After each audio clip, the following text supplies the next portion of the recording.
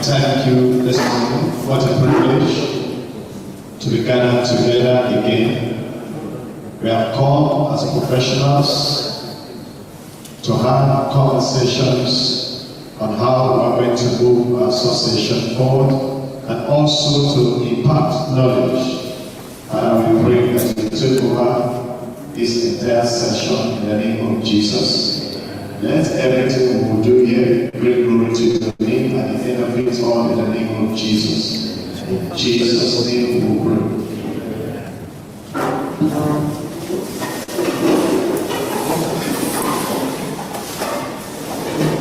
Alright, thank you so much for that opening prayer.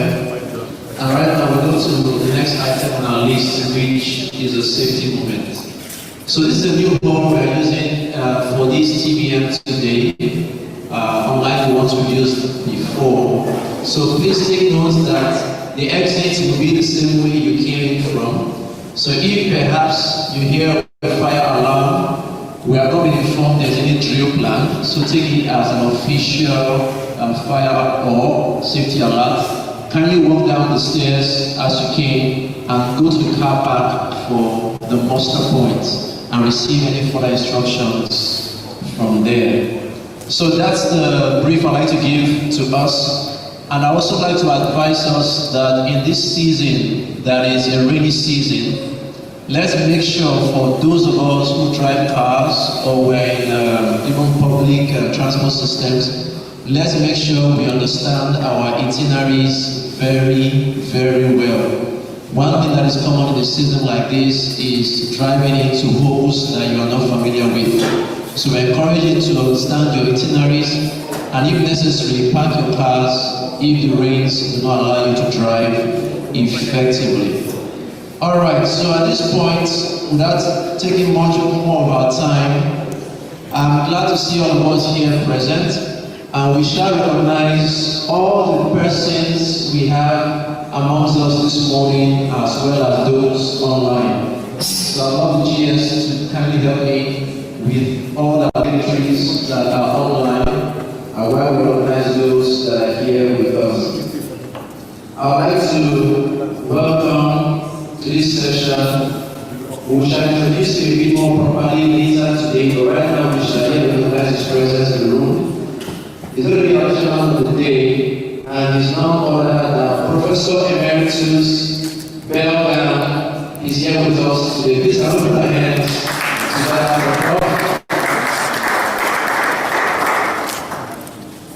All right, in our midst also, we have none other than the president, or rather the coordinator of the Port Harcourt chapter himself.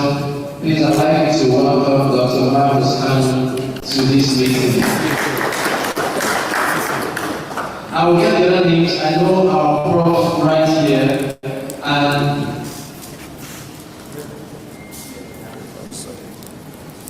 so we have our prof here. I'm only moving back. I will not forget when I was doing my internship.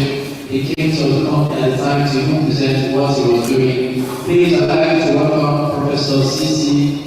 Is it Yes. Thank you very much.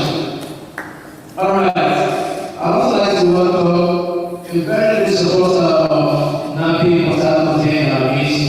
He is from the Miss Energy Company, put energy together for the Stanley. I will try to recognize everyone here from the companies, from Renaissance, please put your hands together for yourselves. From Total Energy, please put your hands together for yourselves. And as other names are given to me, I will recognize them as we go along. I'm sure we have all our special ESCO members online, so I want to have that list as we proceed. We will introduce them accordingly. So right now, I'd like to give the floor to none other than the coordinator of the Port Harcourt chapter, Dr. Magnus Kanu, as he comes to give us his opening address. Please put your hands together for Dr. Kanu.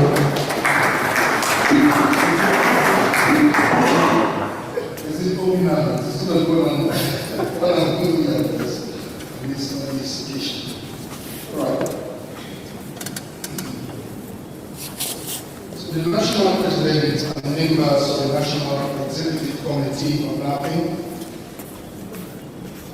distinguished veterans of our noble profession and our very dear association, thank you, sirs, for always honoring us. Esteemed corporate members and sponsors, members of the academia, invited guests joining us physically, and of course, all of you esteemed persons joining us virtually.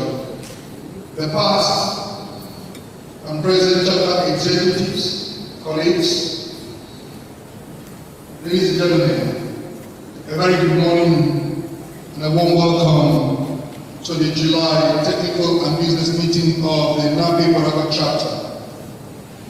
You'll permit me to take a little time to speak this morning before we get into the meat of today's meeting, because you're going to know why in a jiffy. It gives me great pleasure to see such a distinguished gathering of professionals, of mentors, industry leaders, and young practitioners assembled once again under the banner of our great association. Your presence reflects your commitment and the advancement of geoscience and professional excellence and the continued growth of NAPI, especially within this region. Today's meeting is particularly significant for me personally. Having had the privilege of serving as a coordinator of NAPI Harcourt chapter for the past 35 decades. Okay, yeah, actually that. For the past 3.5 years. This July Technical and Business Meeting will be my last in that capacity within the current term. I hope that grammar is understood. Within the current term. As the chapter prepares to elect a new leadership team that will take us into the next phase of our journey. As I reflect on this period of service, I do so with a deep sense of gratitude and fulfillment. Together, we have witnessed remarkable growth and progress. Through the commitment of our members, the dedication of my executive team, the support of our corporate partners, and the guidance of our very revered veterans here, the Harcourt chapter has continued to rise to greater heights. Over the last 3.5 years, our chapter has strengthened its impact on the university community, expanded opportunities for students and young professionals, broadened the association's leadership base, and achieved significant milestones that earn us outstanding recognition at the national level. These accomplishments belong to all of us. They are evidence of what can be achieved when professionals unite around a common vision and goals. While we celebrate this achievement, we also recognize that leadership is a belief, not a destination. The progress we have made must be sustained and surpassed. It is therefore with confidence and optimism that we prepare to hand over the baton to a new team that will complete the good work and chart even greater paths for our chapter. I wish to sincerely acknowledge the presence and the support of our National Executive Committee members, heavily led by Mrs. Cecilia Olajumoke-Efnabi, our revered veterans here, on whose labors and sacrifices we continue to thrive today. Our academic partners, who help shape the next generation of geoscientists, and our corporate members, whose unwavering support has enabled many of our programs and initiatives to succeed. Permit me to also express my deepest appreciation to our sponsors, partners, and numerous individuals who have stood by the chapter throughout my tenure. Your encouragement guidance, resources, counsel, and belief in our vision have been invaluable. Many of our successes would not have been possible without your support. On behalf of the entire chapter, I say thank you. Today we are privileged to host one of our own, Dr. Chudi Obinna, a senior QI specialist who will deliver a technical presentation titled Applying Quantitative Interpretation in Derisking Field Types. The petroleum industry continues to evolve and evolve very rapidly, requiring more accurate subsurface characterization and improved decision making. So quantitative interpretation remains a critical discipline in reducing exploration and development uncertainty. And I have no doubt that today, today's presentation will provide valuable insights and practical learnings for all attendees. Along the same breath, it is my maximum appreciation and respect to the sponsor of today's event, a serial sponsor of the both and children level. Please let's give a round of applause for Renaissance African Energy Company Limited, the operator of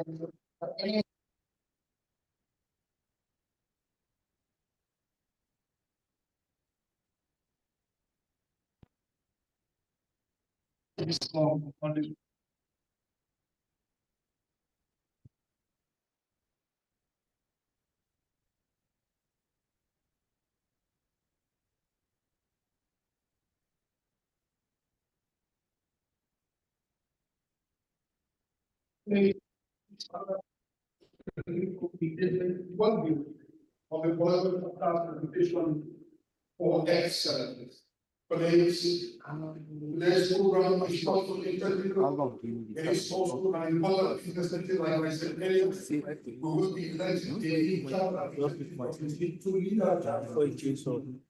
I encourage all of you to participate. I don't know how. A second.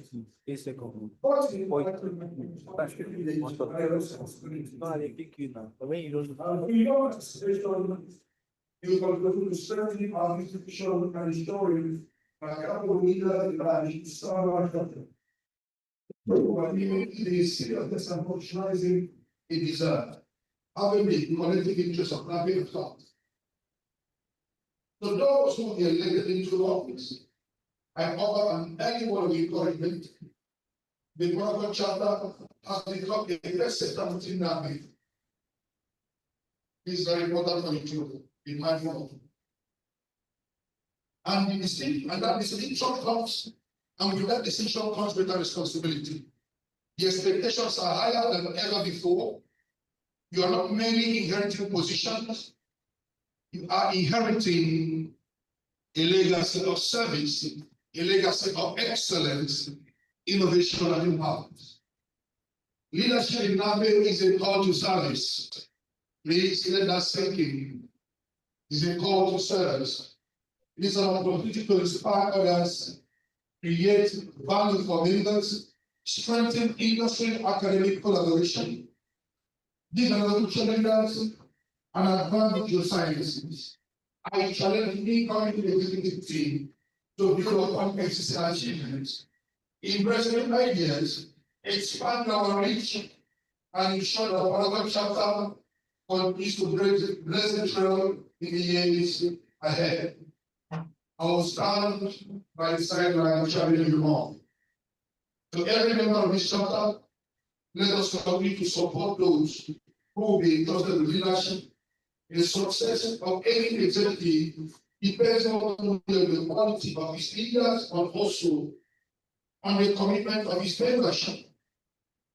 As I conclude, permit me to once again say thank you to every individual who has been part of this journey for the last 3.5 years.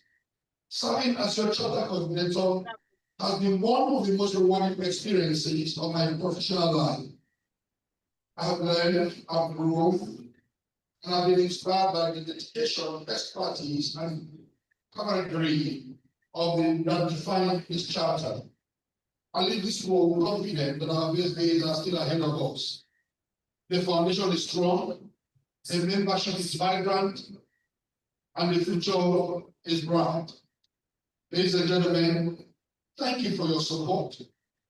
Thank you for your friendship. Thank you for your commitment to NAPE.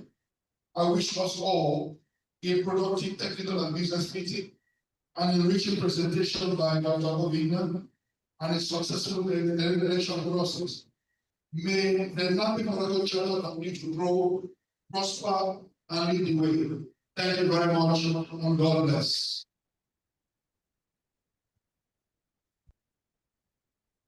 I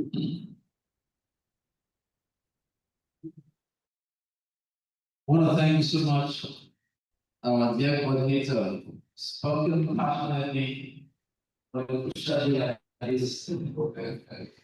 So I'd like to recognize, before we go to the next item on our list, I'd like to recognize the entries that are here with us and those that are also online. First off, on our list, we see live members of this meeting with the President-elect for NAPE, nationally and internationally, Dr. Anthony Afua. So you're most welcome to the meeting. We also have the Vice President of NAPE with us as well. Both of them are all fellows. Mr. Emmanuel, please can we welcome him to the meeting? We have also present online with us is the Niles EIC Associate Professor Adekunle Shokunabo is here with us online. Please welcome him as well to the meeting. We also have here present in the room, we have delegates from Bulwark Services. Can we please put our hands together?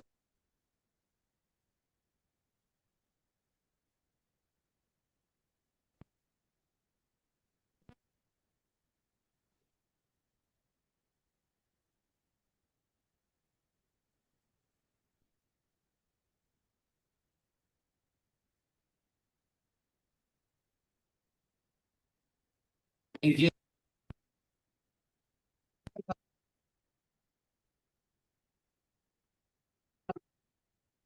going to be the remark from the president or the president-elect. So we see that the president-elect is on the call.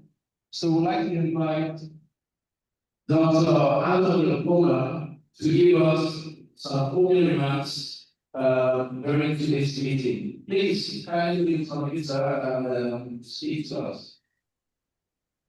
Yeah, thank you. Can you hear me? Can you hear me? Good morning. Can you hear me? We can hear you online. Okay. I don't know if they can hear me. Can anybody confirm? Mr. Simeon, can you confirm you can hear me there? The only person that can hear me is Tunde, who is almost like the NAPE person. I can also hear you, P. But you're not there in the hall. You're logged in also online. Okay. Yeah. So you can hear me. I'm sure you can. Anybody who is logged on, should hear me. But I'm asking those in the hall, can they hear me? Hall. Okay. Yes. I'm not sure they can because they don't respond from them. Yes, they can't. Can you hear us in the hall, please? Can somebody confirm?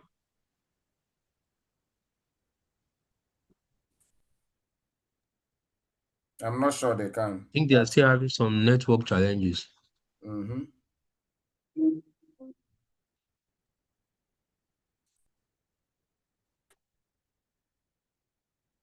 Can they can. I'm not sure they can hear me. So that's going to be a big challenge. Sure, but I should be there in the next 2 minutes, P. Okay. So what do we do? Do we wait or what do we do? Do we wait or Because I wanted to ask them a question. Really, I wanted to ask them a question so that I understand the flow of the agenda, so that I can correct one or two things there. I don't know. Definitely, they can't hear us They in the can't hear hall. me, because if they should have responded to Exactly. us. Yeah. Yeah. We can hear you, sir. Okay. Can't speak. Okay, you can hear me Okay. now. Can you hear? Somebody should respond to me if you can hear me. I want to ask a question, please, before I go ahead.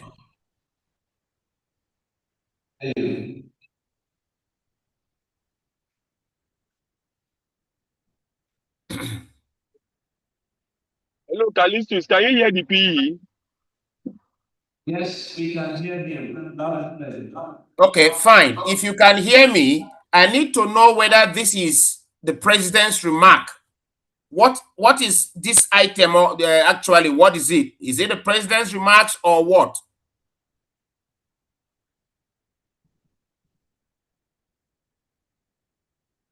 If you can hear me.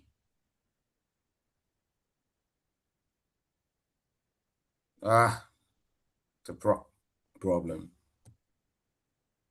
If you can hear me, I just want to know if this particular item I'm going to speak, is it the president's remark, or what do you call it?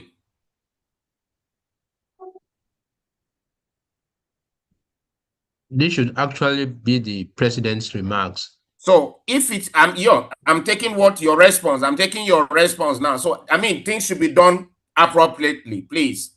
Things should be done correct. If it's the president's remark, then I'll yield to the vice president to do that, not me.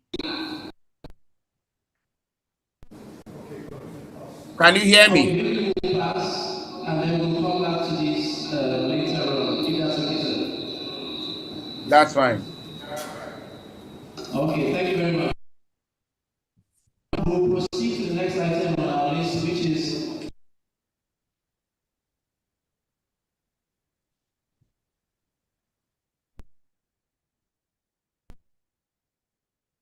who is the man is in our midst today that will share his occasion. He will, by himself, I think they can't even understand what you're saying. the speaker for today, and when he comes But on stage.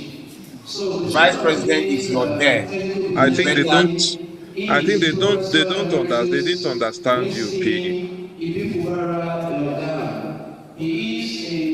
I think there's a poor network connection with the meeting. Kule, can you hear me? Yes. No, Folobo, can you hear me? Yes, I can hear you. I'm Please, just if you trying to get into pretend that now. hall, Yes. if you get into the hall, Yeah. tell them things need to be done right. Please. Okay, yes. So the president needs to give her remark. In the president's Yes. absence, let the vice The president do VP. it. Yes, I know. And then I'll do the remarks at the closing. Closing, okay. Exactly. Yeah. Thank you. All right. Yeah. Thank you. It's okay. Let's move ahead. Subsequently, he became professor and the head of the Department of Geography and Environmental Management, University Orator, and the Dean School of Graduate School.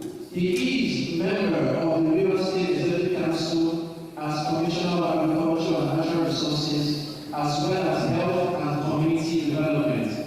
He is currently Emeritus Professor of Planning and Environment at the University of Port Harcourt.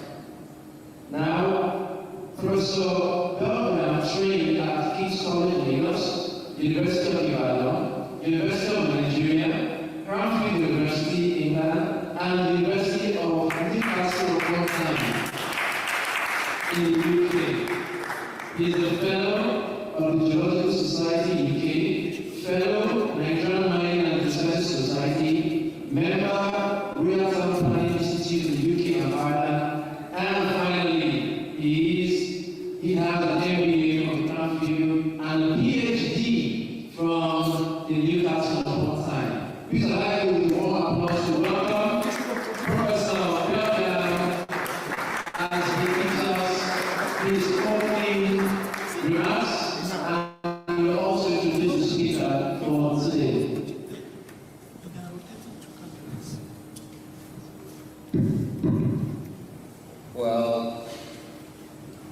ladies and gentlemen. I have listened to a very powerful speech by Magnus, and I understand we're here not just for a technical meeting the way we are used to. Or should I go to the...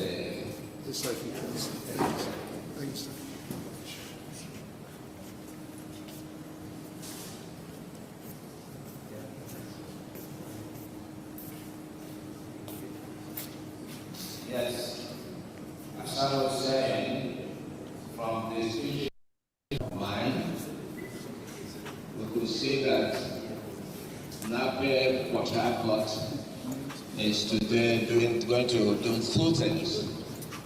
One is another technical session on Derisking of fluids and understanding of fluids.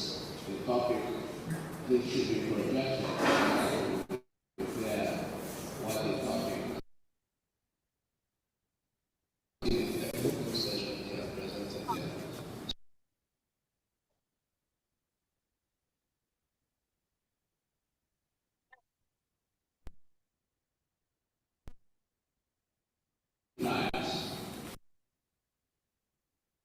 Today. We're also here today to deal with our normal governance. And the last speaker, Dr. Kano, sounded as though he was about to make a goodbye speech as well, which means that you will be conducting, not I, you will be conducting an election today. And I have not been informed that I'll be the supervisor of the election. If that was the case, we would want to know your process, and just assume that you have kept, you will be keeping to your laws and bylaws, because my name cannot be associated with anyone that will need to go to God.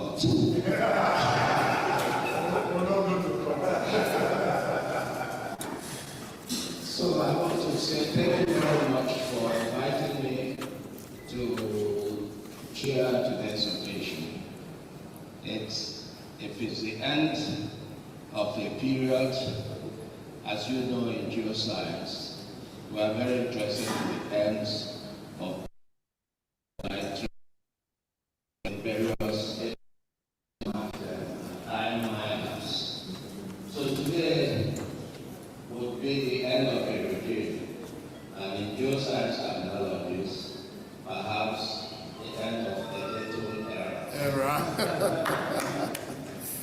So we wait to see through the technical aspects of how we have.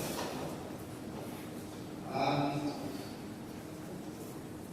I have read out the topic, and if you read that very carefully, you will see that we anticipate that a very brilliant young son of our time, with a lot of industry experience, is going to talk to us about first quantitative applications, and then Derisking, and then fluids. I can only delve into my historical experience with fluids as a young member of exploration teams in Harcourt, as it was then. Here is now has a new name, Owando, and Bobby, which I also know has transited to become a part of another organization. I think that is settler. So,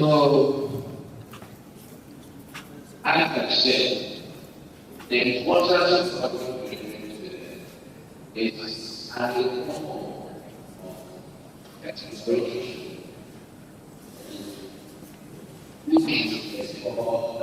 When they talk to you, BP was on. I think you want to give them back. And they didn't give it back. It was actually you who are hearing it.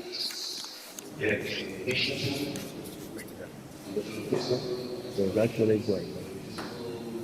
Yeah. Well, it was very well, but I was very like,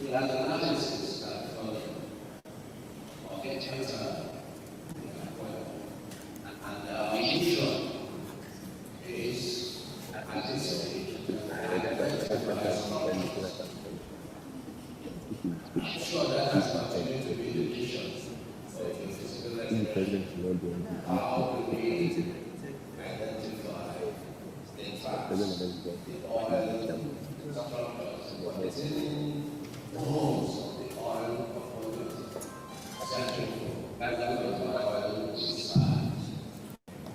It was very exciting in exploration meetings because a lot of theories are true up by those scientists.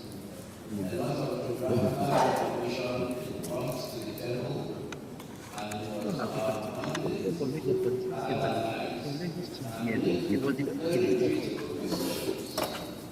will ultimately lead president to a or the decision president. to If you want to identify a specific BP type or of the trap. BP, So an understanding of the don't theory, an understanding like of the the geological setting of the environment where we operate all of the my meeting. time. Indeed, other times, the Okay, if you are learning, either it was actually if you are learning, like, delta you are learning. now, at the end of it all, it became necessary as science evolved for us to actually deal with tools of the industry, which in my time were largely provided by the Halliburtons, by Kilometer and others, that took us through great trainings of what they were going to do for us and which tied with the objectives of the companies. I assume all those things are still the same working today. And the exploration teams have evolved through time, various methods, technical, statistical, as the science advances. Up to now, we hear when AI and all that development, leading essentially to the basic decision of where to drill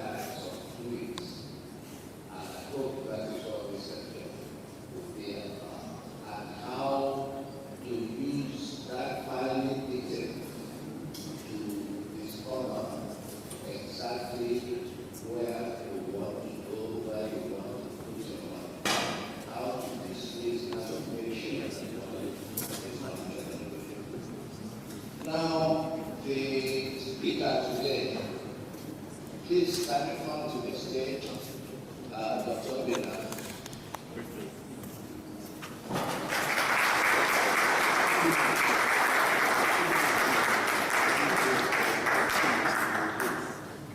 We have agreed that somebody else who knows Dr. Obinna well will come and read out his citation. It is important that his citation is properly read, because you never know what NAPE will do for him today.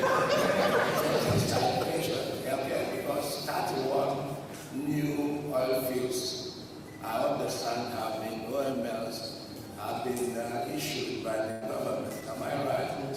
Yeah, so you never know what this, take me a picture with it. You never know who will be looking for him after today. So my suggestion would be that one of the members of that please step up and read his profile, because it got been sent to my phone and I got been. That's fine. Somebody's reading it.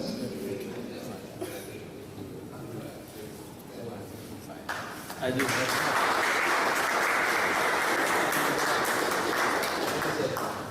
Please put your hands together for all right, so very quickly we'll do two things back to back, and we got clarification, and we're going to invite now the Vice President Trust of NAPI, Mr. Emmanuel, to give us the remarks on behalf of the President, who is not the leader at the moment. So if you can hear us, Mr. Emmanuel, can you kindly unmute and just greet the people with your welcome remarks for today's TVM. Mr. Emmanuel, please. Okay, can you hear me? Yes, you can. Thank you. If you don't mind, you put on your camera so people can also see you. Okay, just this.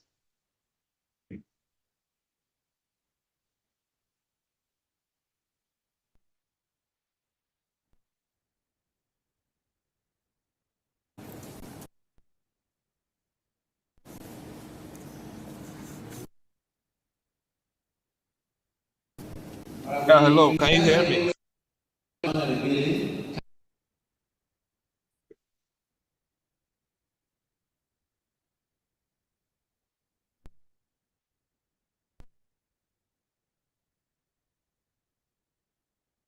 Confirm that you can hear me, please.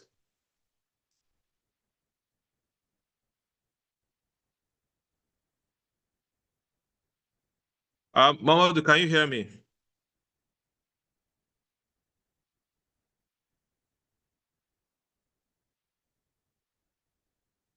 Yeah, I know you can hear me on the panel. I'm asking if those in the room can hear.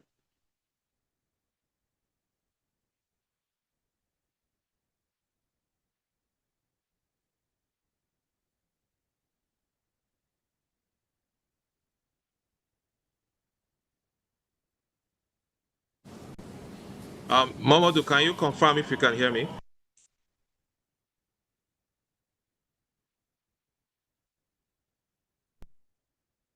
Okay, I guess you can hear me. So I think everyone in the room should be able to hear me. So I'll just go ahead. I think we've taken a lot of time already with the intro. First, of course, I just want to thank everyone for participating in this month's technical and business meeting. Just like the PE mentioned earlier, when he was called up, in the absence of the president, is actually the vice president who gives the president's remarks. So there must have been a procedural lapse over there. But having said that, I just want to congratulate again the Port Harcourt chapter for this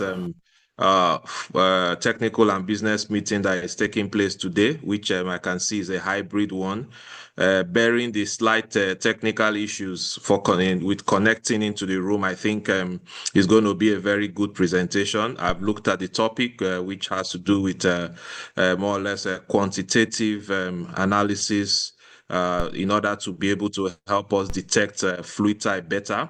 And this topic is, of course, very, very relevant, in our work. And so I want us to participate very well. And I hope the session will be very, very engaging.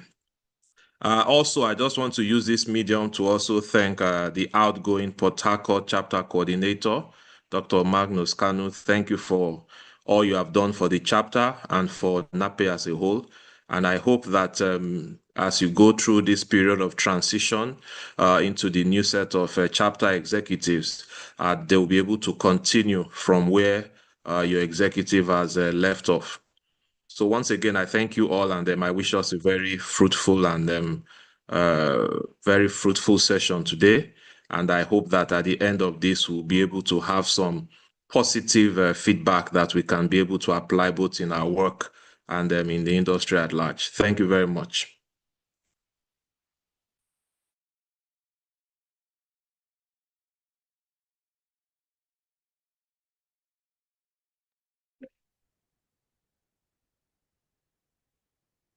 Okay, thank you, VP.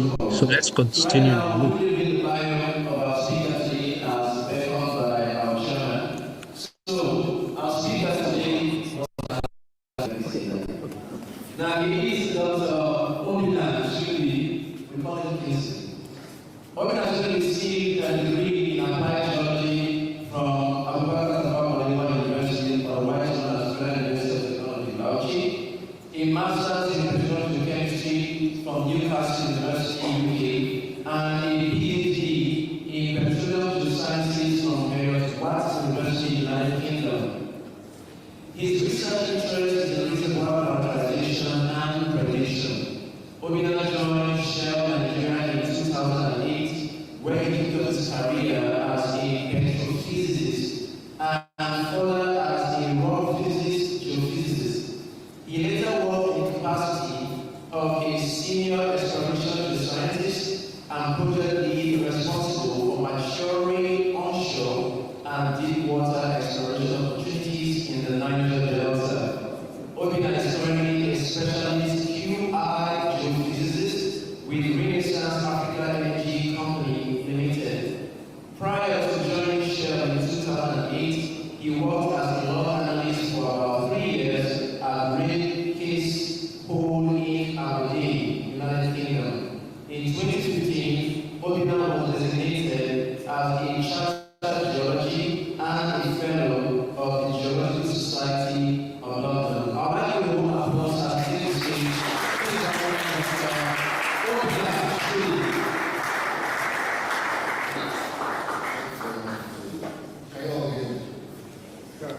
Thank you. Good afternoon. It's really an honor to be here. I want to appreciate the NAPE Harcourt chapter for giving me the opportunity, being the right foundation to also make the presentation today. Really good. I also want to appreciate the professors in our midst. I remember as an undergraduate digesting the words of Professor Harcourt that he pivoted me to study petroleum chemistry at the University of Newcastle. Those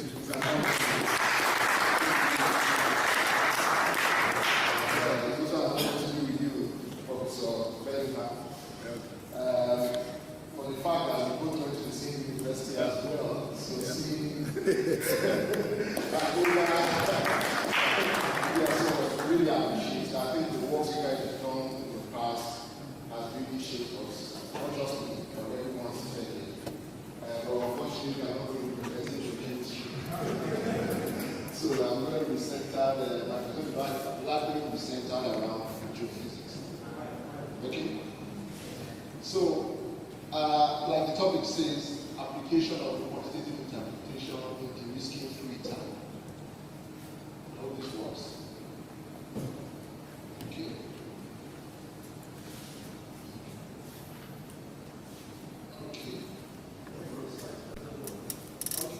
All right. So quantitative interpretation, it's like a mouthful, right? But it's using quantitative analysis in understanding of seismic data.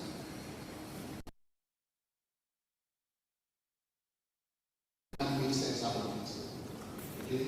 So what's in geophysics is all about understanding your rock property away from your well location. How are my porosity, my saturation, how does it vary away from the well? Okay, so you're trying to connect well information to geological attributes, i.e. free, porosity, net to porous, okay, and this technique typically helps us in our exploration activity, also in our development activities. We typically deploy varying techniques from exploration to development, but it's still one and the same concept. The concept doesn't change, the principle doesn't change, okay, but your application can change as you move from exploration to development, okay? And of course, we typically deploy this technique also in plastics and carbonates. Again, the concept and the principle still remains the same, but the application will vary. Okay? Next slide, please. So, in the course of my presentation, I typically like to start with some fundamentals. Bear in mind that I've got some students around, so just to put the concept in perspective, so we understand the rest of the slides moving forward. So I'm going to take us through fundamentals, and I'll go a deep dive into how we have used quantitative interpretation and fluid prediction, looking at particular skills.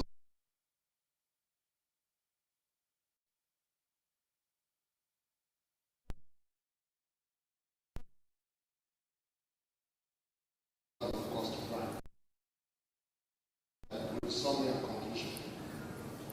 Okay? So when we talk about, and by the way, quantitative interpretation, like I say, is not just about food. Okay? It helps us to also understand our mythology. Right? Because today's presentation is largely centered around food. And when it comes to fluid, geophysical understanding of fluid, we always right?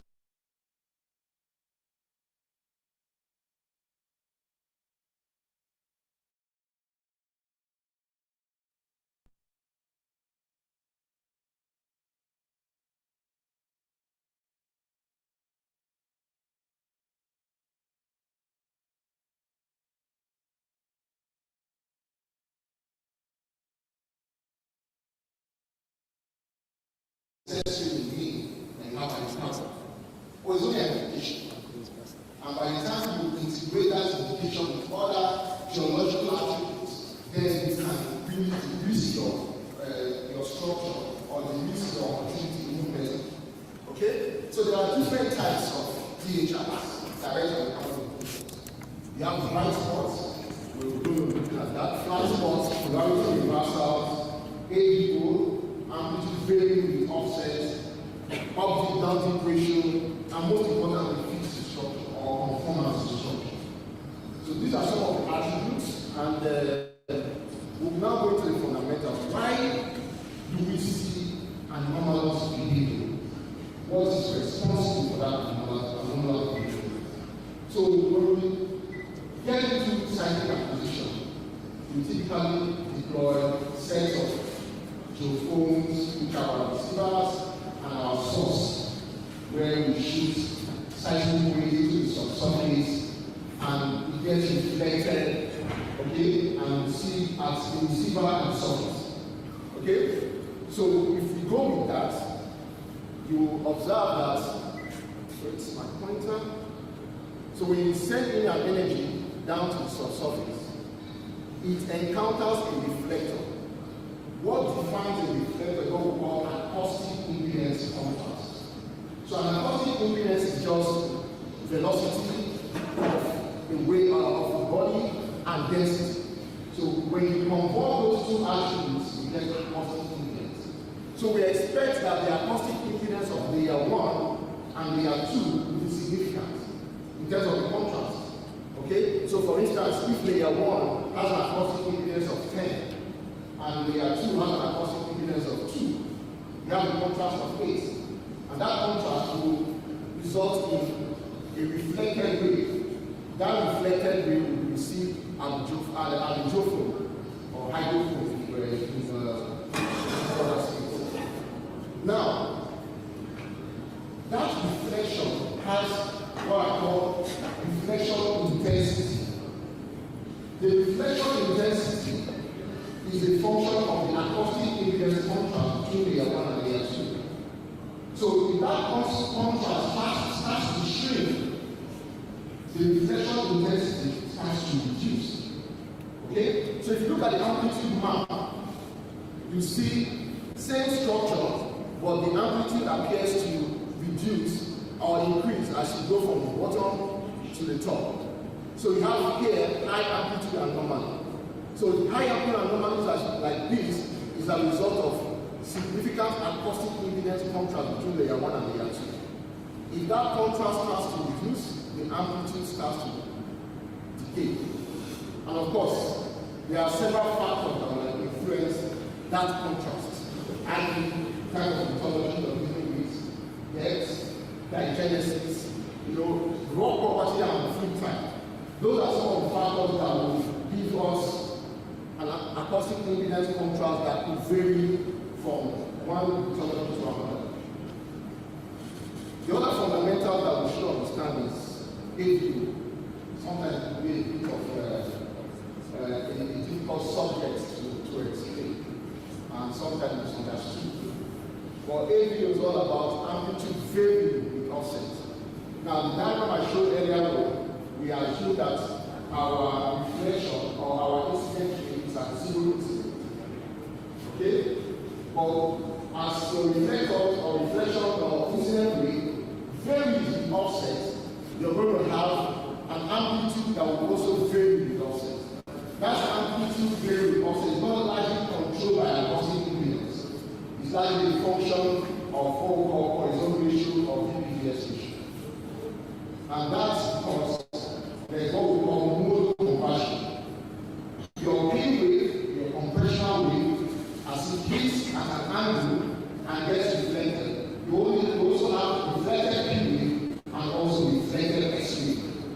So as the angle of incidence increases, you have more converted P wave to S wave. And that is what results in an AVO expression. Okay? And AVO varies depending on certain factors. Some people believe that AVO is largely controlled by free, but unfortunately it's not just a free effect. AVO is more of an methodology effect. Use about quality effect, then of course free comes in. And how AVO vary depending on these three attributes. So we have a class 1 AVO, okay, where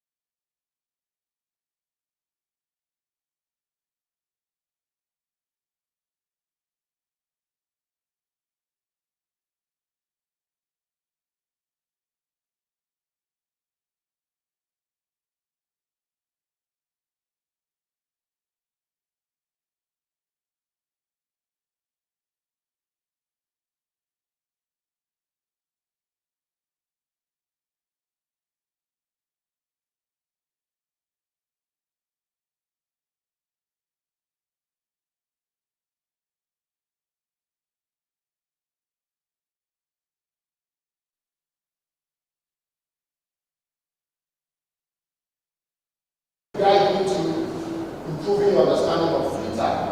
Okay? So it's just a ratio, but very powerful tool. Next slide. Yeah. So for instance, you've got a strong amplitude at the crest, a weak amplitude down flank. Okay? All you need to do is use a polygon to understand or to define this section of the structure and that section of the structure, and plus the distribution of the amplitude as you go from up deep to down deep. Now with that distribution, you get the mean value of your up deep interval and the mean value of your down deep interval, and you get the ratio. And with that ratio, you can understand how the amplitude varies with depth or across the entire structure. Okay? Next slide. So there are typical interpretation guides, or I say values that you can use that gives you an indication of what ratio actually represents hydrocarbon and what ratio represents non-hydrocarbon intervals. So for instance, if I have ratios of less than 0.8, I believe it's non-indicative of hydrocarbons. So it means that if the average amplitude here and the average amplitude here gives you a ratio of 0.8, then you should downgrade that opportunity. And of course, as the value increases, you go from a non-viable opportunity to a possible or potential opportunity with ratios greater than 2.0. Okay? Next slide. So, yeah, that's right. So let's get down to the case study. And this, we are going to be looking at an exploration setting in the shallow water space. So this is a near-field exploration opportunity, highly faulted, located shallow water offshore. And you can see that we've got some well penetration across some of the 4 blocks. And there are some 4 blocks that are unpenetrated. So those are our near-field exploration opportunities. Okay? You've got some wells that have penetrated gas, oil, of course oil and dry air, and some after the structural wells. So with this information, it provides some level of guide to understand the free field across intervals of blocks that have not been penetrated. Okay? The key challenge here is interval presence and free type and contact. Of course, this presentation is largely centered around free type and contact. Next slide. So we'll kick off with rock physics analysis. So rock physics, for me, is the building block of quantitative interpretation. So you want to start off with using your well data, doing some rock physics cost plot, and using the understanding of that rock physics as a feasibility analysis to interpret your seismic data. So rock physics is like a link, a bridge between seismic and geology. Okay? Next slide. So when you're in a new setting, an exploration setting, you also want to know how your acoustic impedance varies with depth. So this is a cost plot or depth trend of impedance and porosity. So we're looking at data across the shallow water space of interest, and you can see our sand trend and of course our shale trend, and that's acoustic impedance here. So at the shallow level, both the sands and shale have varying acoustic impedance value, where your sands have lower acoustic impedance and your shales have higher acoustic impedance. As you go down the depth, that acoustic impedance variation starts to close in. So you go from a potential class 1 environment to a class 2, class 2P, and where the sands become harder than the shales, get into class 1 sands. Okay? And if you want to understand that better, you can also look at your porosity. You also see that your porosity also varies with depth. So when you have class 1 is equivalent to porosity value of greater than 30%. And class 2, class 2P porosity within 20 to 28%, and class 1, 17%. So you see that porosity also has a very big role to play with how your acoustic impedance varies with depth and the definition of your AVO classes. Okay? But interestingly, our interval of interest within that shadow model sits within the class 3 and class 2 environment. Okay? And we're going to see that subsequently. Next slide. So, part of our physics analysis is to build what we call what-if models. So, I have well penetrations in a certain block, and I'm going to a near-field exploration setting where I don't have wells. And some of my wells encounter gas, oil, some even brine. How do you know that your next block that you're going to be exploring in has got gas and oil? So you build a what-if scenario model. So you use your existing wells, okay? Use your existing wells and define some parameters. What if I have brine? So these are what I encounter gas. Okay? And that's the in situ reflection and reflectivity pattern. Right? So you see a strong class 3. But if you do a decimal substitution and get a brine case, you can see a flat AVO response. So what if I have oil with a certain property? Okay?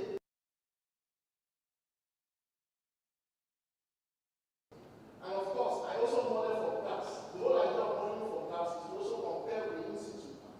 If it's similar, that means I can trust my other scenarios. I also model for residual oil and residual gas. Okay? And I do that across the entire well. Okay? Changing the in situ situation or in situ condition to brine, oil, and gas, and understanding the AVO behavior. So with this AVO behavior, I go back into my seismic data and confirm if I have any AVO behavior from the seismic data that is similar to these AVO patterns I see. So if I have a class 2 AVO, then I will say that it's likely that my opportunity is oil bearing. If it's a class 3, then I will say my opportunity is probably gas bearing. Okay? So those are the classification based on this model, right? So I see that typically my gas will have a class 3, oil class 2 or weak class 3, and brine a very flat or weak class 2 AVO expression. So with this information, I'm armed in terms of understanding how my AVO behavior, how I can interpret my AVO behavior from my seismic data, particularly my standards. Okay? The next step is carry out a rock plot feasibility study in case I want to do an inversion. Because we can also use inversion as a tool to understand the different fluid fields. We call it simultaneous or AVO inversion. But I'll start with my work. So I have a cross plot of V shale and P impedance, and also a cross plot of P impedance and VPVS ratio. Both P impedance and VPVS ratio are elastic properties that you can actually extract from the seismic data. But this is log-based. And based on this cross plot, I can see that all my hydrocarbon bearing sands have a lower P impedance value, and my brine sands and shale have a higher P impedance value. With this information, it tells me that if I build a P impedance model, I can separate hydrocarbon from brine sands. If I go to VPVS, I see my gas well separated from oil sands, and my oil sands separated from brine and shale. So it also tells me in a VPVS space, I can build an attribute, VPVS attribute from my seismic data, and that will enable me to distinguish between gas and oil. So I can integrate both techniques, P impedance for hydrocarbon, and of course, and VPVS to separate gas and oil. It's similar to well interpretation where you use neutron density to distinguish between gas and oil, or use resistivity to distinguish between hydrocarbon and brine. So in this case, your P impedance is serving as a resistivity law, and your VPVS serves as a neutron density law. Okay? Okay?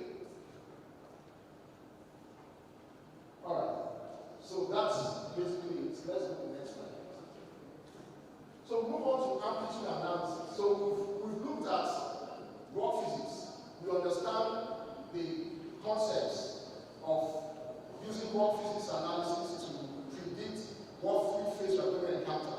So we're now going to go deep into our seismic data and stuff, the amplitudes. So this is a top structure map. Those are our opportunities. They are largely fault-dependent opportunities.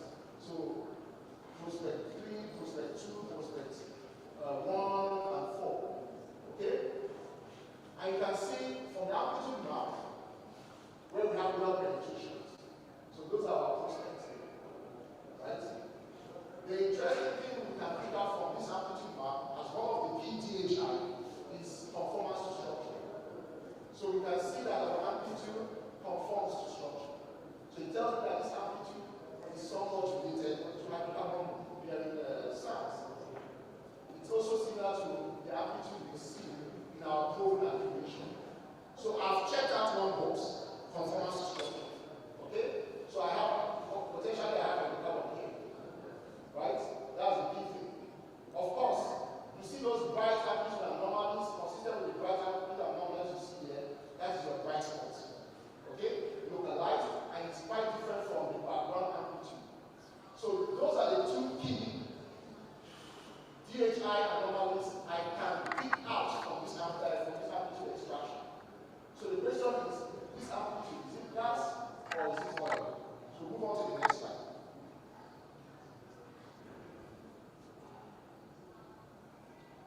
So I get some set of seismic data and amplitude extraction again. But this time around, the previous amplitude extraction was largely using my full stack. Okay? So now I'm using my substats. So from my substats, I can display my near, my mean, and my far. And what do I want to extract from my substat amplitude? I want to see AVO behavior around my prospect and how it compares with my proven accumulation. Do I see amplitude increasing with offset? So I should go from the near, the mean, and the far. Of course I do. And the AVO behavior I see across my prospect, I'll take the P3 prospect as an example. It's consistent with the AVO behavior that I see in my proven accumulation. Again, it gives me that indication that, yes, I have hydrocarbon. But I'm still trying to deduce if it is gas or oil. Now, I look at, taking my P3 as an example, my P3 prospect. I look at the balance, my crystal balance. And my crystal balance typically I use that for AVO analysis, right? At this location, which is the reservoir location, I see a class 2 AVO behavior. Very weak at the near and increases towards the far. Okay? But if you compare the P3 with other prospects, like this one, this is a class 3 AVO behavior.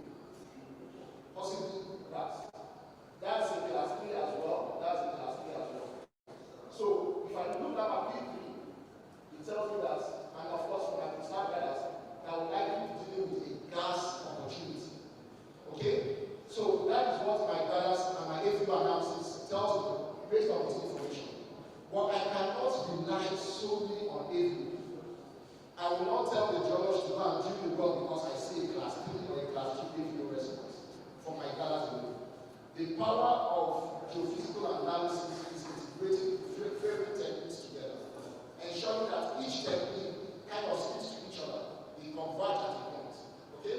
So bear in mind, the first technique tells me I have oil. So move on to the next slide. So I'm going to involve my amplitude versus depth.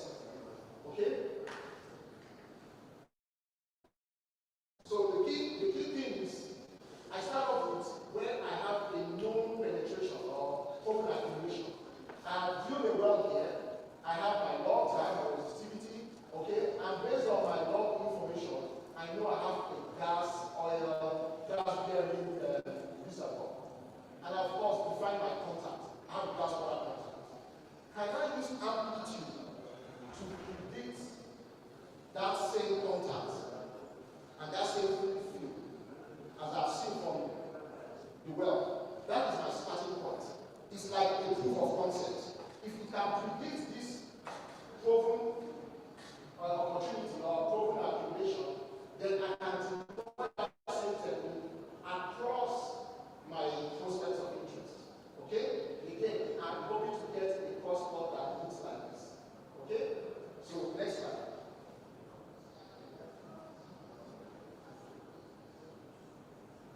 So that is the amplitude plotted against X, largely governed by this polygon here and across my proven aggregation.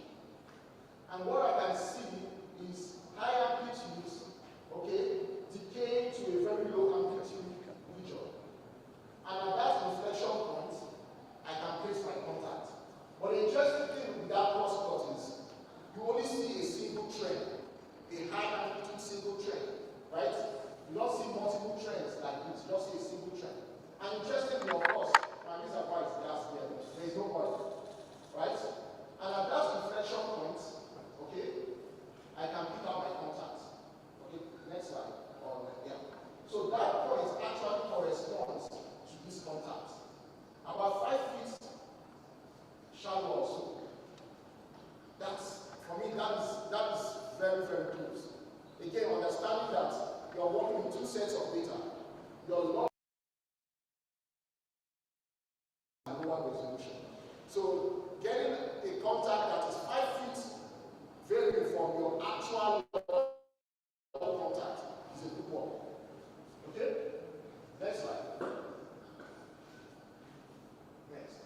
So now I go to my prospect of interest. And I use this polygon. So this polygon will define how I'm going to make my prospect. So can you, next slide.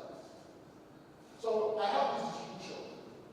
I mean, by eyeballing this distribution without putting my gradients, you can see that there's a possibility of a gradient here, a different gradient here, and it tapers down to another gradient. Okay? Can you punch?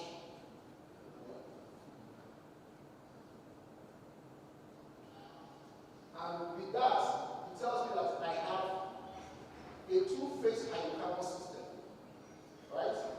Gas, oil, and brine. And I'll be able to define that this prospect, P3, is likely going to be both gas and oil bearing. Remember, my AVO tells me that it's just oil. So there's a conflict, right? How do I resolve that conflict?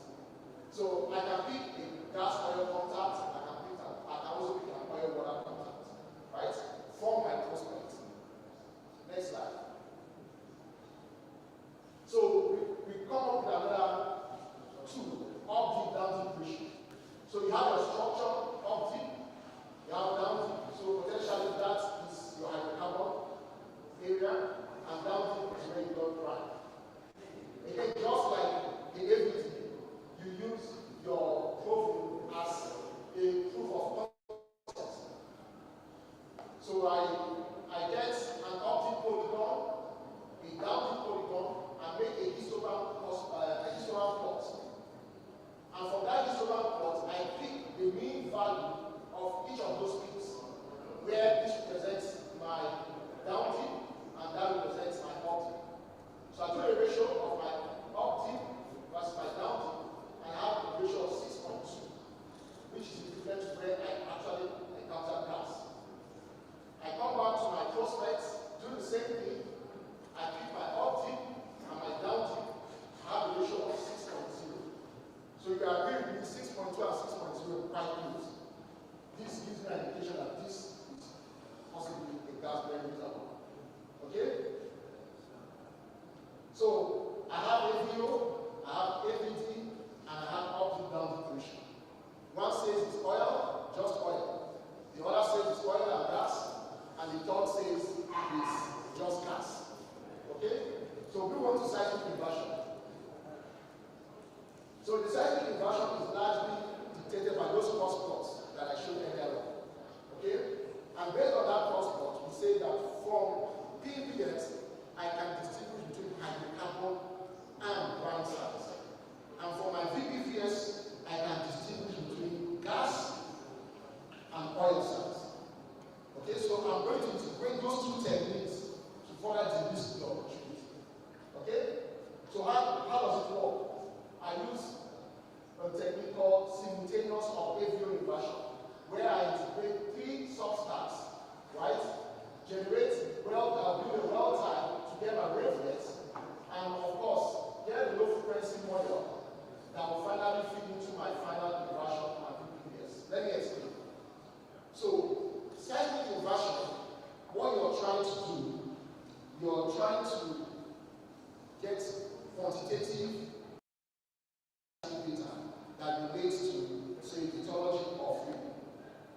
seismic data by itself will not give you that information.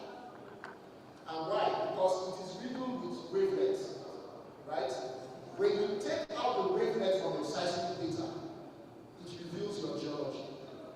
So the whole idea of carrying out a well time and calculating your wavelet is to help you deconvolve your seismic data of its wavelet. When you remove the seismic data from the wavelet, you see your geology come alive. The other element of it is your seismic data is band limited. It has frequencies say from 8 to 40 Hz or 60 Hz. Of course, if you're dealing with broadband, it can extend to 100 Hz. But your work properties tune in at low frequency end members. But your seismic data does not have those low frequencies. So what you do, you build a low frequency model from your logs and use those low frequency model to patch your seismic data. So that your seismic data is now full band. It's not going to have frequencies from 0 to 40 or 0 to 6 or 0 to 60. That's the objective of going through this workflow. You have a well time for wavelets, you build a low frequency model from your logs, and you add a low frequency model to your seismic data, you deconvolve the seismic data of its wavelets, and you get your inversion cubes. So in this case, P impedance and VPVS ratio. Next slide. So how have we used those two information? Remember, we started with this amplitude. And of course, this is my proven area. I've got wells here. The wells encounter gas, oil, a bit of oil, mostly brine here, brine here. Now, from my P impedance map, it tells me that everything here is hydrocarbon. Remember, the P impedance, I will separate hydrocarbon from non-hydrocarbon bearing reservoirs. Okay? So the red values here indicate hydrocarbon. But is it oil or gas? I come to my VPVS map for this particular level. Okay? Where we have well penetration. Where I encounter gas, you can see very low VPVS value. Look at that scale. The low VPVS value tunes in, and you see your gas showing up. But you don't see gas represented in any other intervals where we have penetrated hydrocarbon or brine. Okay, so here we penetrated brine, sands, and that's, you don't see very low VPVS value. The only place you see very low VPVS value that corresponds to gas is where we actually encounter gas. So it now tells me that, yes, I can use this technique in my prospect. Remember, this is my profile. I can use this technique to discriminate between gas and oil across my prospects. So let's go to the prospect. So that's my prospect here. I'll take P3 as an example, right? So that's P3. I see very low P impedance values, okay, across board. But is it gas or is it oil? I come to my VPVS. I don't see any indication of gas, okay, across board. But I still see my gas in my profile. So it tells me that my opportunities here are mostly oil-bearing sands, okay? Mostly oil-bearing sands. Because my P impedance just shows that I've got low P impedance values, but my VPVS ratio doesn't tune in at all.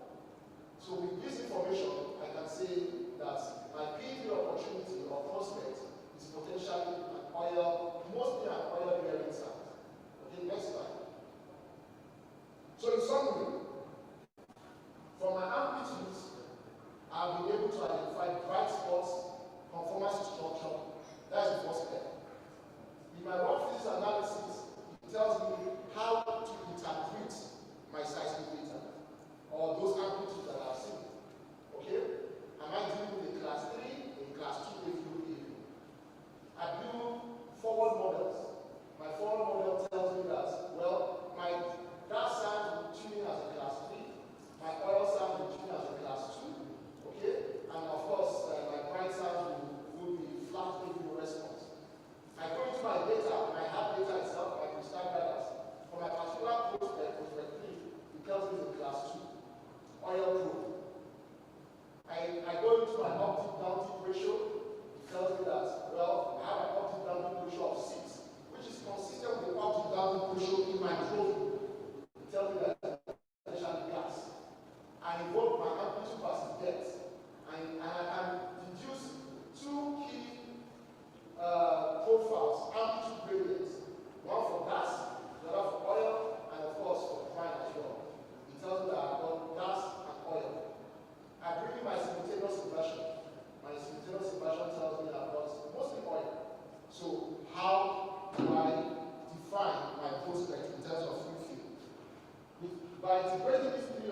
of these three techniques or different techniques, I won't just keep it at oil. I'll probably say my base case prediction will be gas and oil, my high case is oil, my low case only gas. Okay? But most importantly, I've used these very techniques to further characterize my opportunity. Next time. So, key things to note. THIs are very, very, very important tools to use to characterize your reservoir. But they must be backed up by strong geological understanding. I have a bright spot, doesn't really mean I have a cap. Does it conform to structure? Do I have a trap? Do I have a ceiling flashing? All this will add up to further understanding how your reservoirs should be characterized as they are hydrocarbon or non-hydrocarbon bearing. Okay? So you are ensure that you will, of course, ensure that every technique you bring to the table aligns. So I demonstrated with about 4 different techniques. Okay? And I've seen possibilities that I've got both gas and oil. Some, 1 or 2 will say it's just oil, others will say it's gas. But key thing is that I've got hydrocarbon and there's a possibility that I've got oil and gas. So a DHI should be treated as risk-reducing evidence, not foolproof. Remember, we in the oil and gas industry we drilled the dry wells in the past. And those dry wells were largely based on amplitudes, right? So we saw amplitude anomalies and we went and drilled and it came out wet. So it means that your amplitudes can fail. But what makes it really a very hard evidence to use is the integration of different techniques, not just relying on conformance to structure or optical equation. And I would like to say thank you. I typically run a course, a short course, so I'll be holding one, giving one this November. So most times you're going to see that most of the things that I've kind of explained here will be made more in details at the course. So I look forward to seeing you guys, but happy to take questions and comments. Thank you. Thank you very much. Thank you. With permission from the chairman, sir, I know you summarized all the work before starting. This is time for us, mostly students, colleagues, for us to ask questions. So I would like to know those who have questions in the hall and also go online as well. To find out how can you use this to better your interpretation. That's giving you what you need to identify oil and gas, as well as to be able to predict if truly what you're thinking, what you have is correct.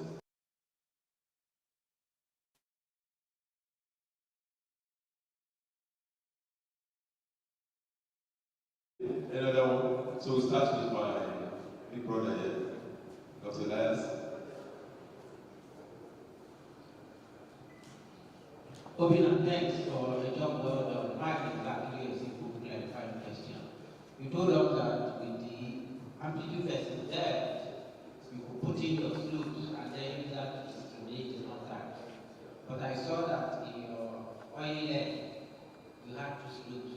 So what exactly was happening? No, fantastic. Good question. So, sorry, do you want to take all the questions or take them over? One of them just. Okay, go ahead. Yeah. So, if you want to go back to that slide, so you have 2 slopes in the oil. What is really driving that is reservoir quality. So there is a point where it's not really a slope, it's at a constant value. So it means that your amplitude value here stays constant. And it stays constant there because your reservoir quality or amplitude signatures in terms of absolute value, they are constant. It starts sloping into a transition zone, okay, and transits into your brine phase. So what you have here is constant amplitude based on reservoir quality, large very good science, keeping that amplitude value is really constant. But when the fluid phase starts to change, remember when you go from oil to gas, it's not really a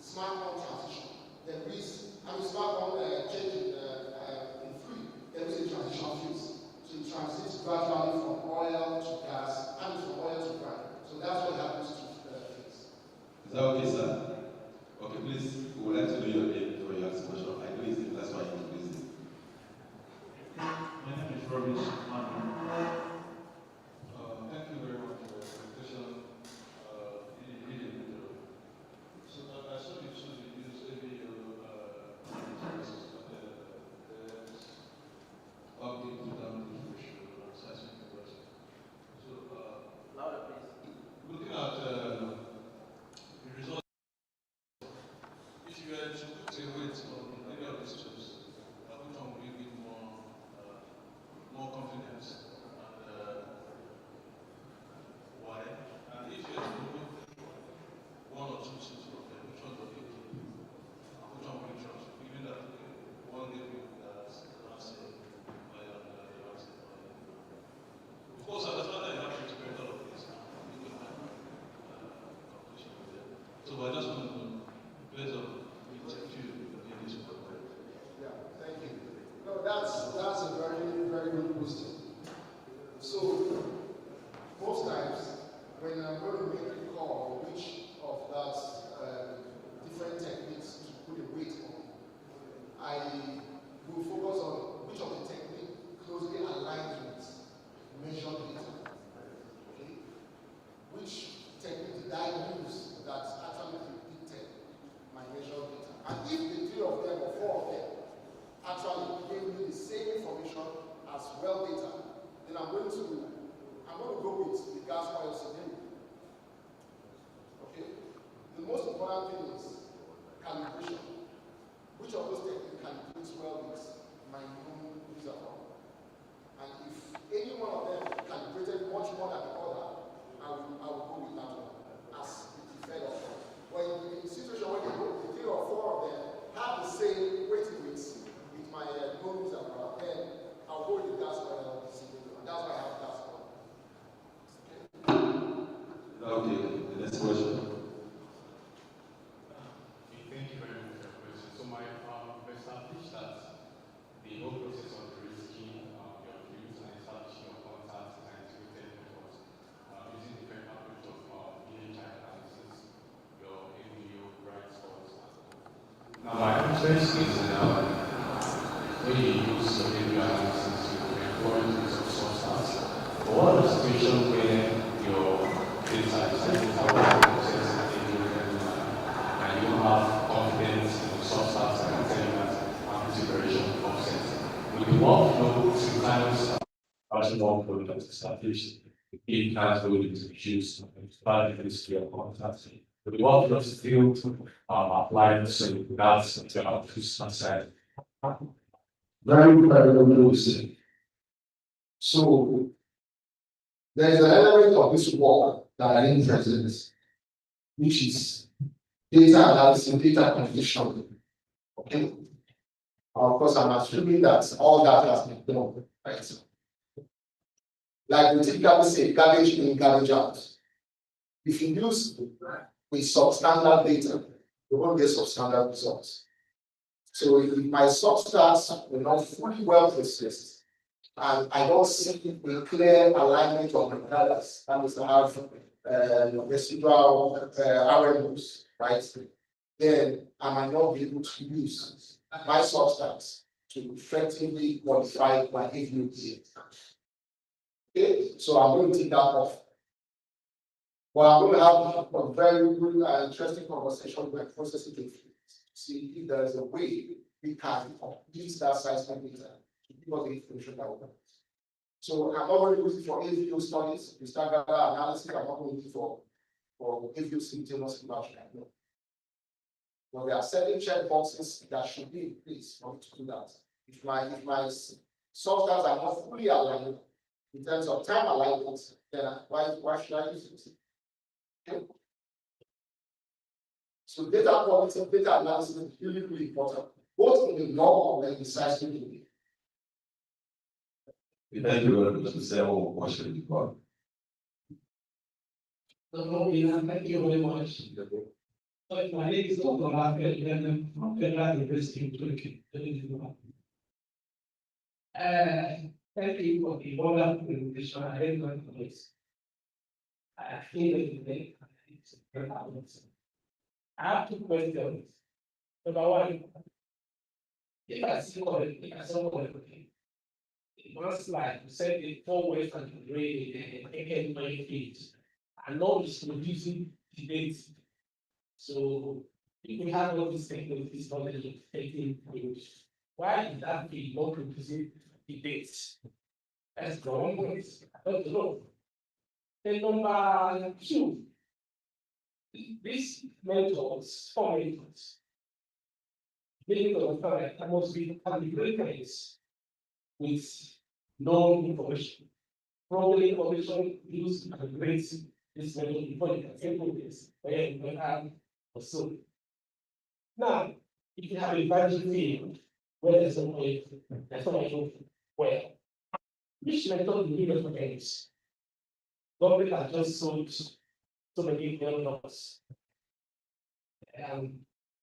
Exploration is going on, insensitive data, ways to calculate, or exploration going to the trader. Which method will you recommend? Since you said what the calculated cycle. Thank you very much. So, number one question, why do you have to believe or choose from anything?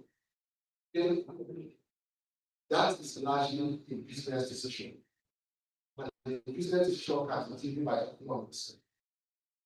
Okay? At the time that field was discovered was an economic time. This is a shambles of trade. The economists did not add. Hence, there is an opportunity to go and prospect for other potential airfield. That would include the robustness of that opportunity and therefore drive the adoption in the future. So it's likely a business decision driven by economics. The second is what we just look at is near field exploration, coming from beginners, green field, right? Where I don't have well conclusion, which techniques or technique blindly. Now, even if you don't have well, there's such a thing as analog.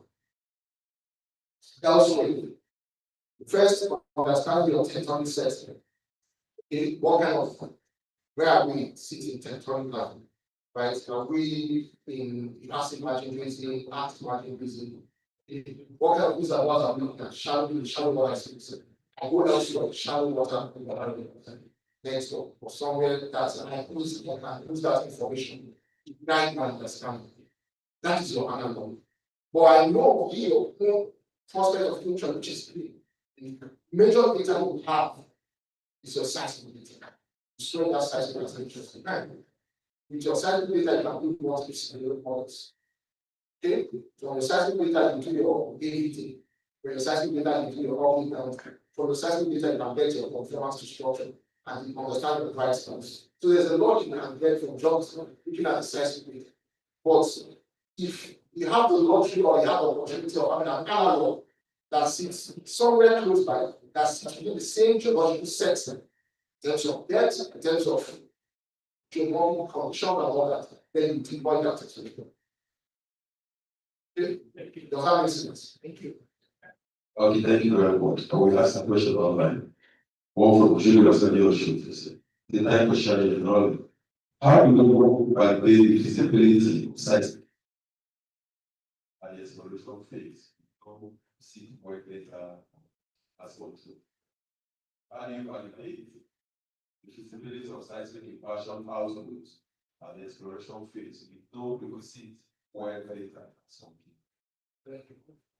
So, usually, you build the versions with well information, right? But there are times that you don't have well data. There are times you don't have well data. It means that you have to make some assumptions. Okay? Assumption of what kind of wavelengths they have. Is a bigger wavelengths, different assumptions to that perspective. But I build my version with well data. There are times that I cannot do a phase rotation of my seismic data, okay, and that will be converted from without well information.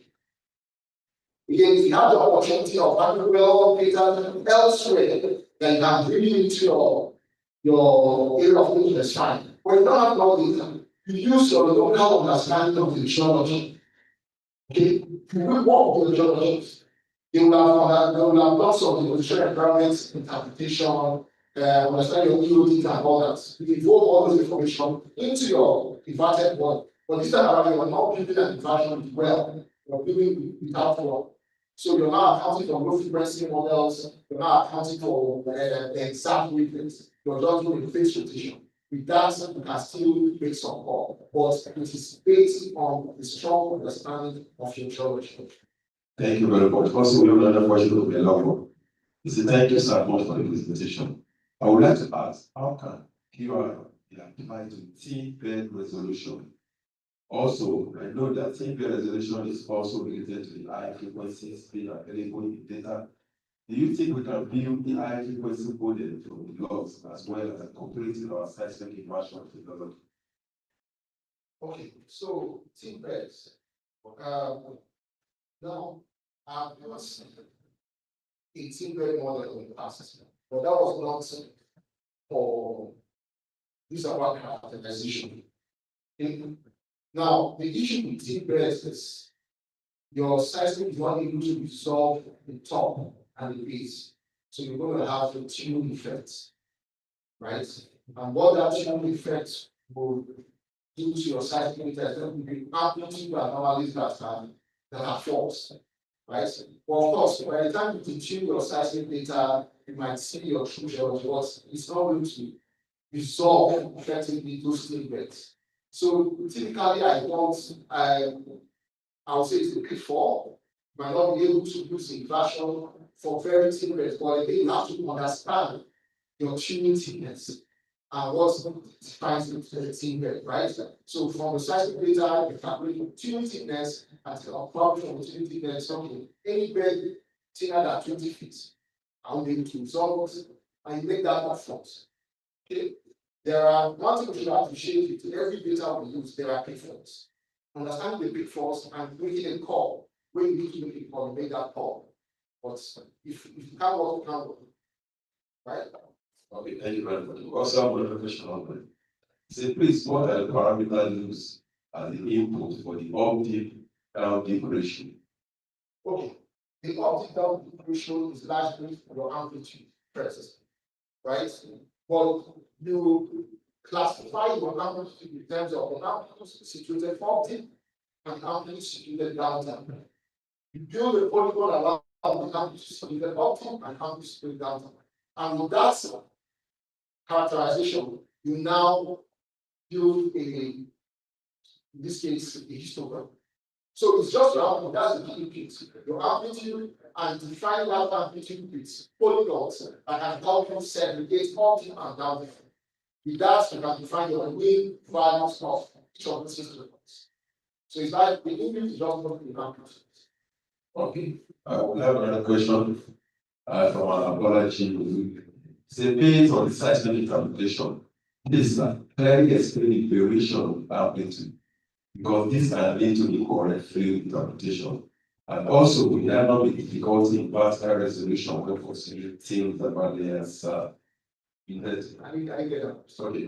Clearly explain the variation on the amplitude, because this can lead to incorrect field interpretation.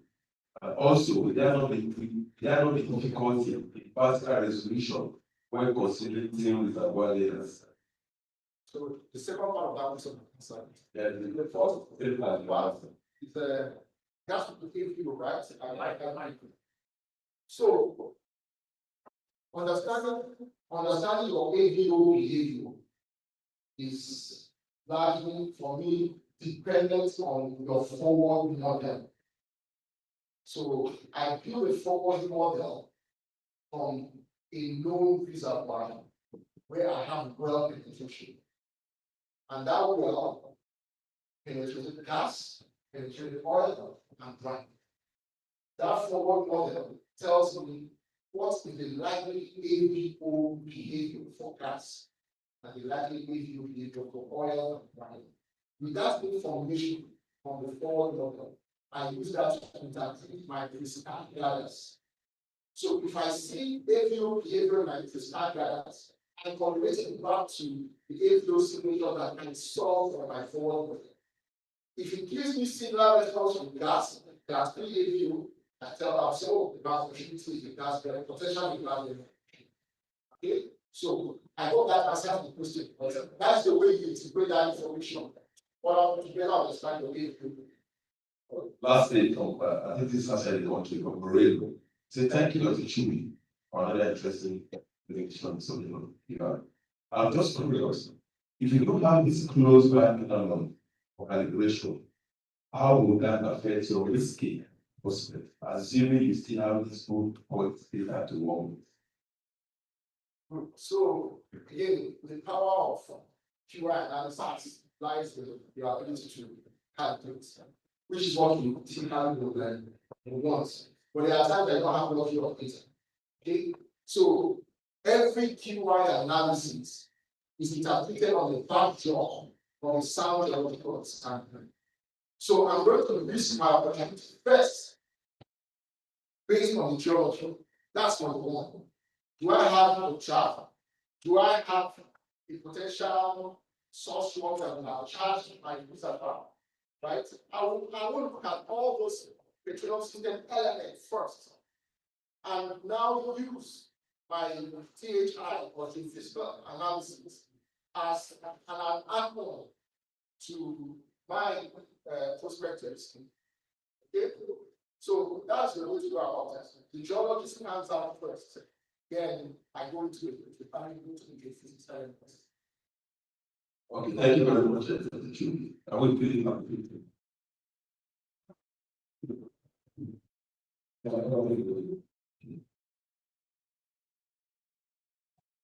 Yes, I usually has been all the time for Dr. Obinna Chudi for excellent presentation, excellent Q&A sessions. We appreciate all the comments and questions that come from our online audience as well. So thank you so much.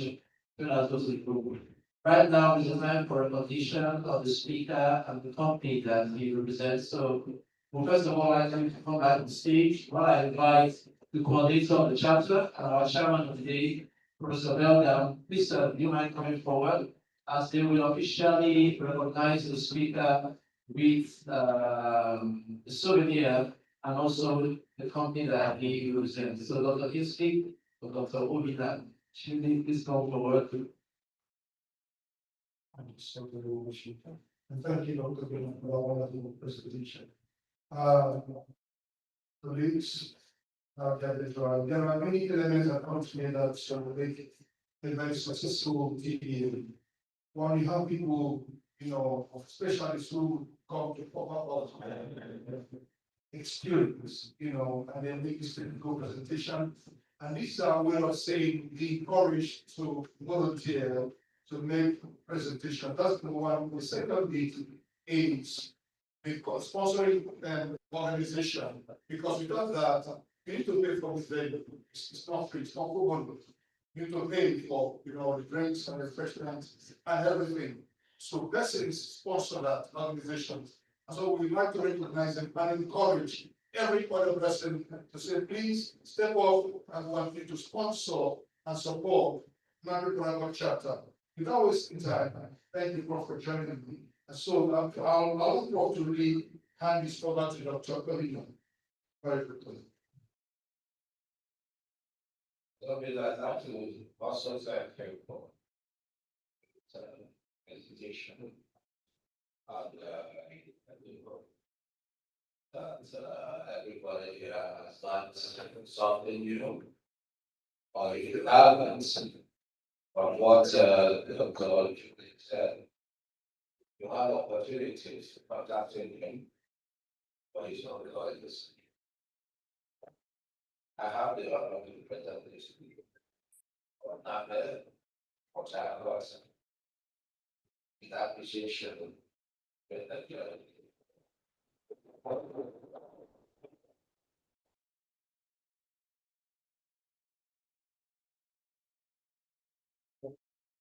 So we would like to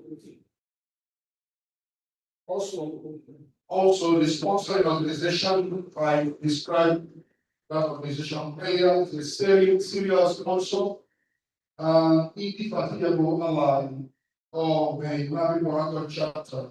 So I'd like to welcome President African Energy Company Limited. Please allow us to see everyone for as you receive this number. In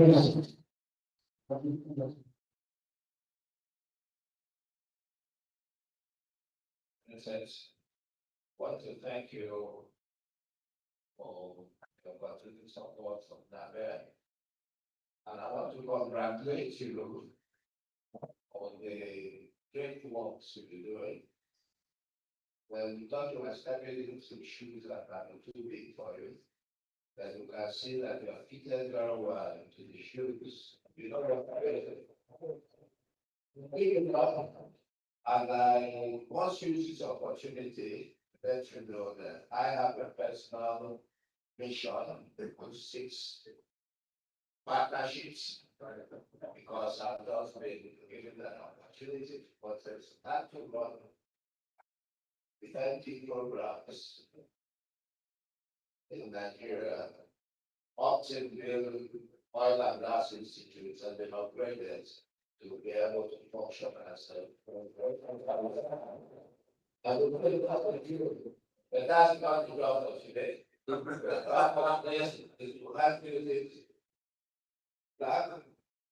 say that NAPE is so thankful and so grateful and will continue your recharge as the young professionals, students here, all bankers, great efforts and also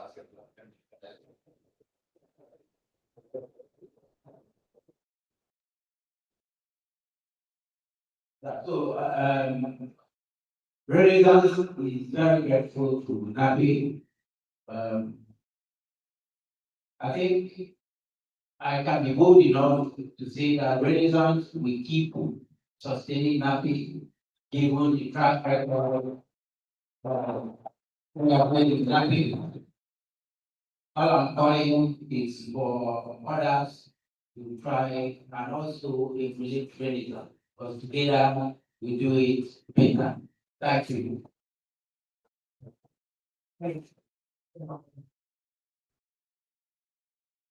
All right, thank you so much, Renaissance. Your sponsorship means a lot to us. And I think it's also a good point to say to other companies here present, your sponsorship will also mean a lot to the charter. We are ready to receive partnership from everyone, so no one is limited, not very few, but all. So at this point, we would like to welcome the PE, who is also the one in charge of the continuous education series on NAPI, to give us these closing remarks before we move on to the next agenda. So please, I'd like to welcome Dr. Anthony Ofomas tonight. So can you hear us, sir? If you can, kindly unmute and we will receive you. I can hear you loud and clear. Can you hear me? Yes, we can hear you loud and clear. Yeah, thank you very much, Mr. MC. I want to first of all start by saying thank you to the speaker for a job well done.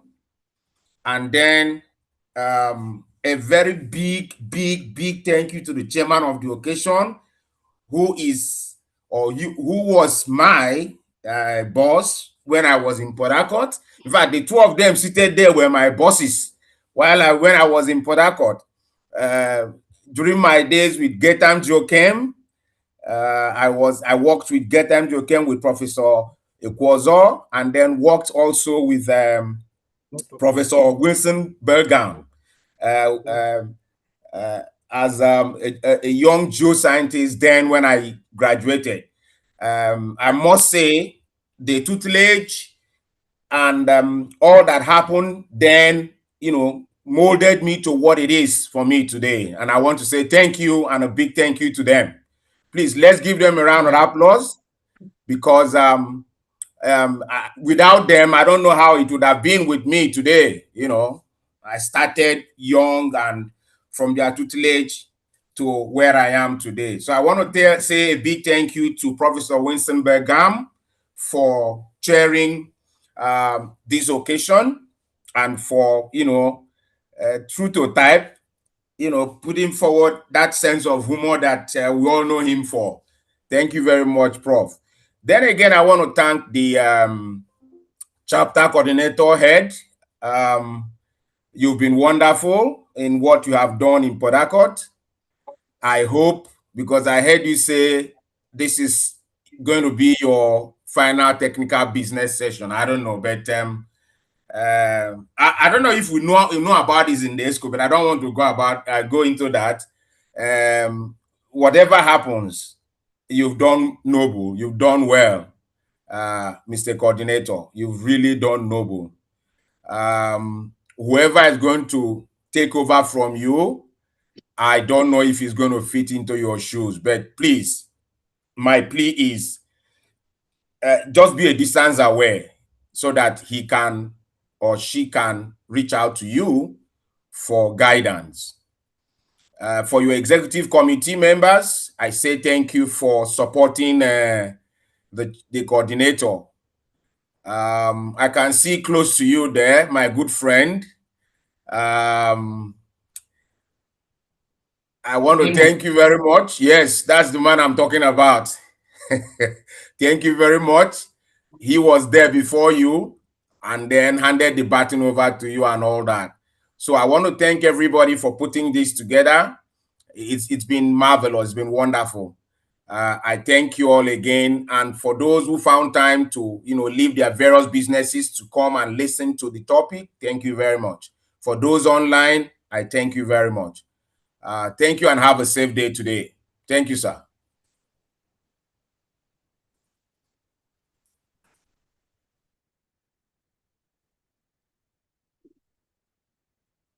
All right. Thank you so much, Dr. Anthony Okuma, for your closing remarks. Now, for us in the Bible chapter, we have a slight tweak to our program. So at this point, we are going to go local because we are about to do something significant here, which is the elections of a set of SOs for the Quantitative chapter. So we want to first of all thank all our online audience, all our schools and national level, all the professionals who joined us online. A big thank you for you being here today with us. We had over 70 persons online, and in the room we have quite a number of persons here today. So can we put our hands together for all our friends doing things?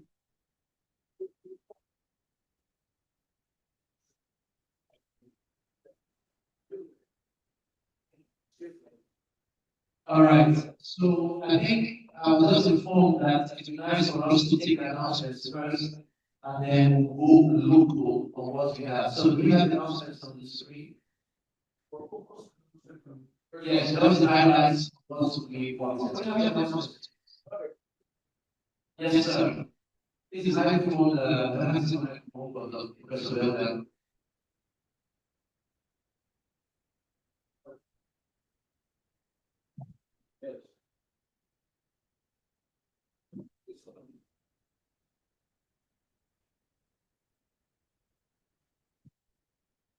Yes, you had Dr. Chudi before he started. Almost apologized for not presenting a journal chemistry today. And that was really a question that I want to get for. The geophysicists seem to have taken over exploration. And it told us going to you for your physical work alone, we want to go to the brain. I do hope that in future presentations, we'll want to know what the paleontologists are contributing to this. We want to know what the sedimentologists are contributing to this. We want to know what the geochemists in chemistry, the dating issues. Do you not go into a field, do a seismic data, and that's enough to attract serious dollars to identify trading points? I hope in future we will move in that direction. That is why I'm stepping in now to enable our living legend here, Professor. You show your blood. This is Professor. I know the humorous way you always come up with this kind of ambush. I think I can start to say it, but it's a great pleasure for me to see so many people and to see that campaign as a continue to grow.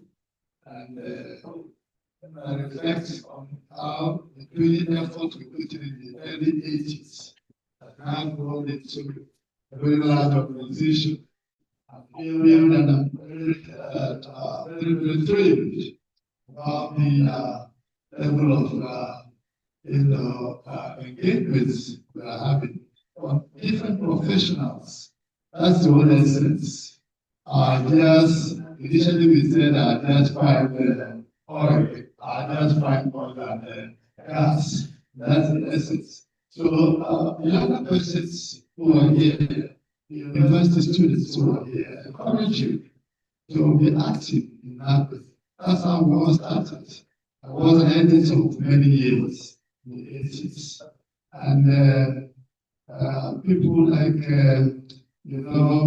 I thought he was also very active.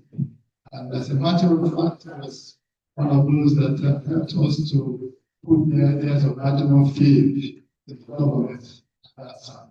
I know nobody listened to champion medicine. So take time to be involved, not just be on the sidelines. Work like people like Magnus and others to add value to the association. It's a pleasure for me to be here, and I'm very glad. Thank you for the opportunity.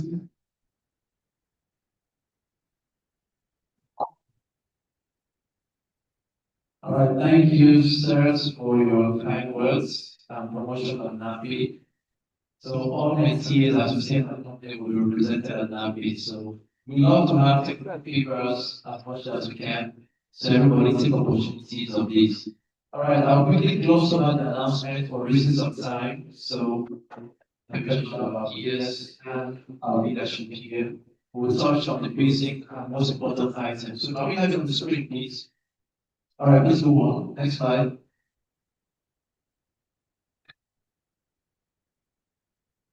All right, please go on.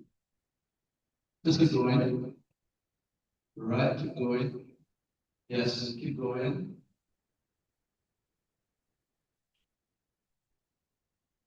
All right, this has been done. So just to give you a brief reminder that NAPI is hosting many technical meetings from different chapters. Take advantage of all these meetings. So very importantly, next slide. Let's go to the next slide. All right, this is a big one. So this is the annual conference coming up in November from the 8th to the 12th. Now, sponsorship opportunities still exist in different categories, so everybody take advantage of this. And most importantly, if you're presenting papers, make sure your abstract and all will have been done by now. So make sure you take advantage of this conference. Next, please. Registration, okay. Early bird deadline is 1st of September. Take advantage of this. Go online to navi.org.ag and follow for more details. Next slide, please. Is that last slide? Next slide. All right, summer school. So you heard Dr. Kingsley Obinna talk about this. Summer school registration deadline is the 1st of July. So take advantage of this. There's a lot you can learn from the summer school. Take note of the deadline, 31st of July. Next slide, please.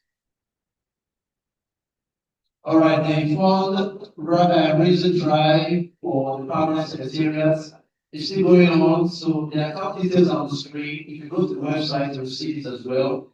And your support will make a huge difference in having a secretariat in the soonest possible time. So bring in your support, be it in dollars or in naira, it is going to be well received. So get more details from the NAPI website. Please, next slide.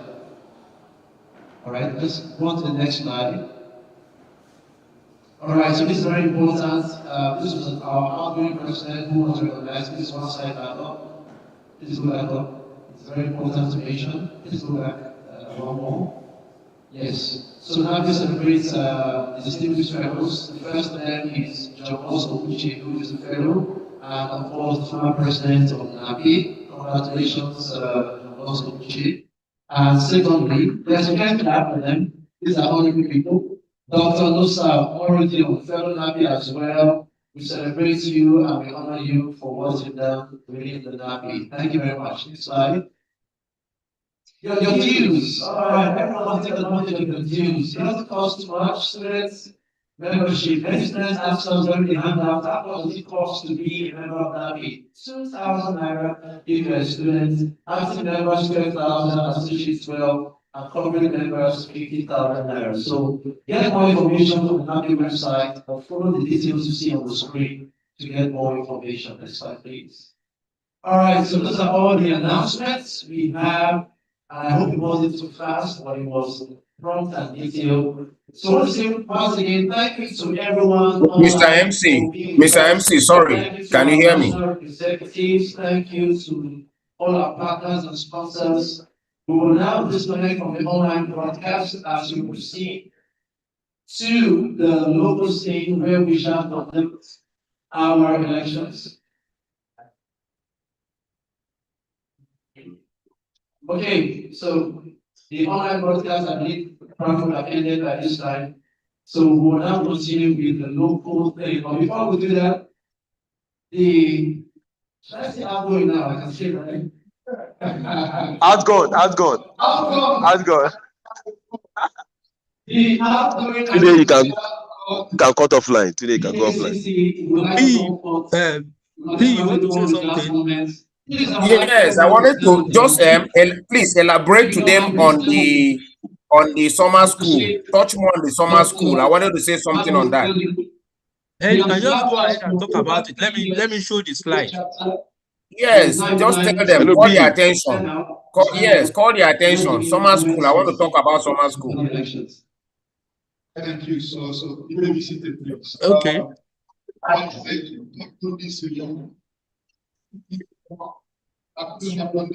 Okay, Momodu, please, you want to talk about this summer school, the PE. Dr. Anthony Ofoma wants to talk about it. Can they hear you? I'm not sure. Shofolobo. Tell them I want to talk about the summer school. Just a minute. I want to really remark and thank our esteemed veterans for their patience. So I'd like to begin with my exhortation. Something you must pray and ask God is to have people who offer you their discretionary support. And that's what this book. I like to have more houses. I like to have more house. And that's what this book have done for me. I could have believed my ESCO members to come for meetings, but these other persons, they volunteered and they were always there. I'd like to present this Excellence in Service Award to Associate Professor.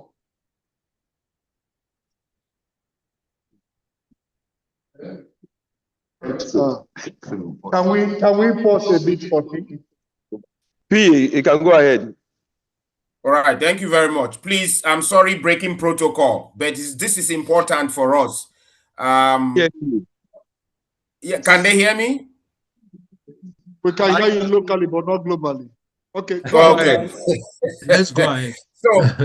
So just to reiterate on the summer school, I don't know if the MC announced it, but if he did, it's just for me to touch more on that. NAPE is planning a summer school next month. We are believing that we'll have enough number to enable this summer school go ahead. The topic is there, co-opting AI ML to existing oil and gas upstream digital ecosystem. I mean, there's no gainsaying this. The industry is largely going AI, almost everything ranging from interpretation softwares and what have you, drilling softwares, production softwares are all imbued with AI programs that will make your job faster and maximize a profit for you. The essence of me touching on this is, to plead with our senior members present in the hall, those who can sponsor maybe 1 or 2 students to this activity or this program. It will be greatly appreciated. It might, I don't want to use the word that it might not really be for us, but it is also for us. But the younger ones need it more. The students, the young graduates, that's the young professionals, and those who are about to leave school. They need this because in few years, if it has already started, but as I know in few years, most employment requirements and then presentations and questions and interview will be largely revolved around your knowledge, or there's the knowledge of these younger ones on AI and all that, AI tools and ML, machine learning and all that. So if we can avail them this opportunity, it will be greatly appreciated. I just want to touch on that so that we can help out for the for our senior colleagues who are in the hall who can sponsor 1 or 2 persons, or even the companies that are in the hall too who can sponsor any person. It will be appreciated. Thank you very much for granting me this time. Thank you. Yeah. Thank you very much, our P. Thank you, P. Thank you very much. All right. Thank you. I am not sure, but there is this one person that I always see on TikTok. And whenever they are playing